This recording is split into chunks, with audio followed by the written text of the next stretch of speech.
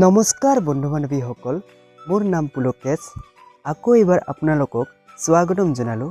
আজি আপোনালোকৰ বাবে লৈ আহিলোঁ তিনিটা সাধৰ আৰু তিনিটা অসমৰ কুইজ। তেন্তে বলকচোন কি আছে তিনিটা সাধৰ আৰু লগতে অসমৰ তিনিটা কুইজ জানোহি। বন্ধু বান্ধৱীসকল, 1 নম্বৰ সাধৰটো হ'ল গা আছে মূৰ নাই, চকু আছে দাঁত নাই। এই সাধৰটোৰ উত্তৰ হ'ল কেঁকুৰা। 2 নম্বৰ সাধৰটো হ'ল গাত নাই ছাল বাকলি, শুই থাকে তিনি গধূলি, থকা ঠাই তাৰ ঘৰৰ চুকত সাৰ পাই ভৰিৰ গছকত। এই সাধৰটোৰ উত্তৰ হ'ল ঢেঁকী। 3 নম্বৰ সাধৰটো হ'ল খালে থিয় হৈ থাকে, নাখালে শুই থাকে।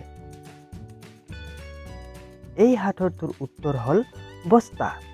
কাৰণ বস্তাত বস্তু সোমালেহে থিয় হৈ থাকিব, নোসোমালেতো ই শুইহে থাকিব।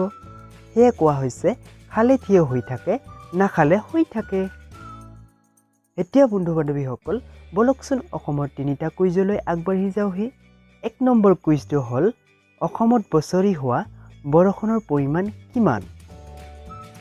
এই কুইজটোৰ উত্তৰ হ'ল 178 চেণ্টিমিটাৰৰ পৰা 305 চেণ্টিমিটাৰ। 2 নম্বৰ কুইজটো হ'ল ব্ৰহ্মপুত্ৰ নদৰ গতিপথৰ দৈৰ্ঘ্য কিমান? এই কুইজটোৰ উত্তৰ হ'ল প্ৰায় 2700 কিলোমিটাৰ।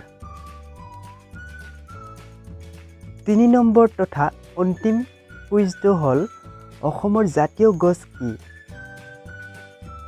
এই কুইজটোৰ উত্তৰ হ'ল হলং গছ। বন্ধু বান্ধৱীসকল, এইখিনি আছিল আজিৰ সাধৰ আৰু কুইজসমূহ। কেনেকুৱা লাগিল বাৰু? নিশ্চয় ভাল লাগিল। আপোনালোকলৈ এটা অনুৰোধ যে মোৰ এই ভিডিঅ'টোৰ ডিছক্ৰিপশ্যনত এটা ভিডিঅ'ৰ লিংক দিয়া হৈছে।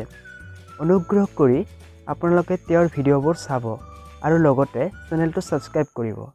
তেওঁ কিছুমান ভাল ভিডিঅ' বনায়। চেনেলটোৰ নাম হ'ল জিতু ক্ৰিয়েশ্যন আছাম।